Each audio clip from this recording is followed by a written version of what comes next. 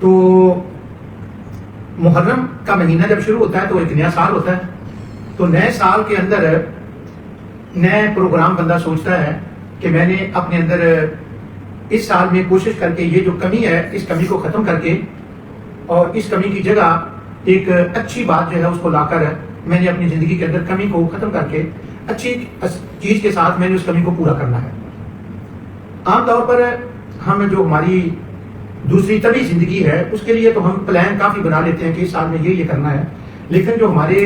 روح کی پروگریس ہوتی ہے، نفس کی اصلاح ہوتی ہے، اس کے لیے شاذ و نادری کہیں تو یاد بھی شاید نہیں رہتا کہ اس بیچارے کی روح کی بھی ضرورت ہے کہ اس کے لیے بھی ہم کو پلان بنائیں کہ ہاں ہم نے اس کے اندر یہ کام کرنا ہے. تو آج محرم ہے اور محرم کے اعتبار سے میرے ذہن میں یہ بات آئی کہ میں ایک جو قرآن کریم نے ایک محرم کے نام سے تو نہیں اس نے پروگرام دیا، لیکن ہماری لائف میں اس نے ایک پروگرام دیا ہے، اس کی میں بات کروں کہ اگر ہم اس کے اوپر کنٹرول کریں اور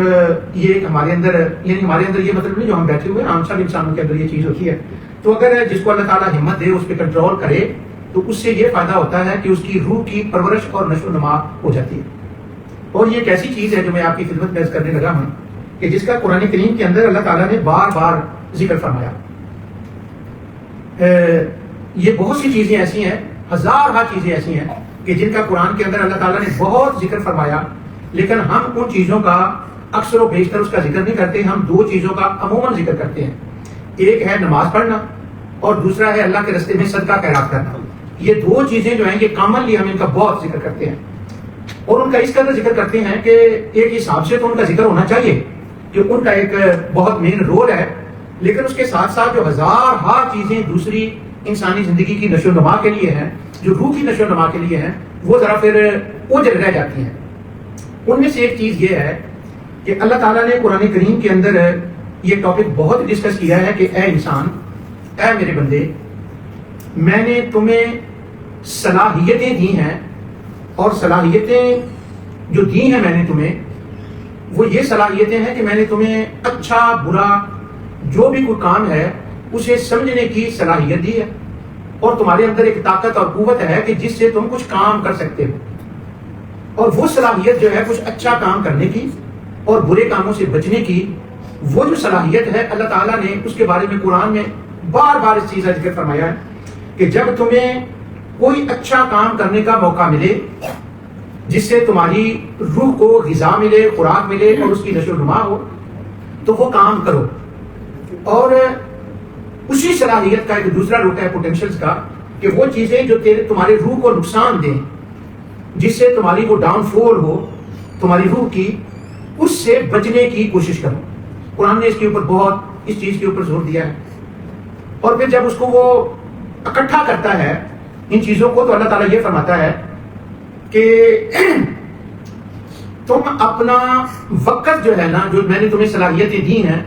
ان میں ایک بات یہ یاد رکھو کہ وقت تمہارا بہت قیمتی ہے اور اس وقت کو اس کی قدر کرو اور اس وقت کو اس کو ہمیشہ کسی ایسے کام میں استعمال کرو جس سے کوئی اچھا نتیجہ برآمد ہو، اس سے تمہیں کچھ حاصل ہو. اچھا، اب میں یہ نہیں کہہ رہا کہ صرف نماز اور صدقہ دو، یہ بات نہیں میں کر رہا. کوئی بھی اچھا کام جس کا ایک تمہیں اچھا نتیجہ ملے، اپنے وقت کو اس کام کے اندر صرف کرو. پھر میں دوبارہ عرض کرتا ہوں کہ جس سے کوئی اچھا نتیجہ نکلے، تمہاری روح کی اس کے اندر نشو و نما ہو، وہ کام کرو. اب وہ کام ہزاروں ہیں، اس کے لیے مجھے اس کی کوئی لسٹ بتانے کی ضرورت نہیں ہے. اور جو کام تمہارے وقت کو برباد کریں، جو تمہاری صلاحیتوں کو ضائع کر دیں، بیکار کریں اور اس سے کوئی نتیجہ حاصل نہ ہو، اپنے وقت کو وہاں پر ضائع نہ کریں، اپنی صلاحیت کو ضائع ہونے سے بچا لیں. اگر کوئی بندہ اس دنیا کے اندر اپنی صلاحیتوں کو بیکار کاموں سے بچا لیتا ہے اور اس میں وہ ضائع نہیں ہونے دیتا، آپ یقین جانیں اس بات کا قرآن میں ذکر نماز پڑھنے سے زیادہ آیا.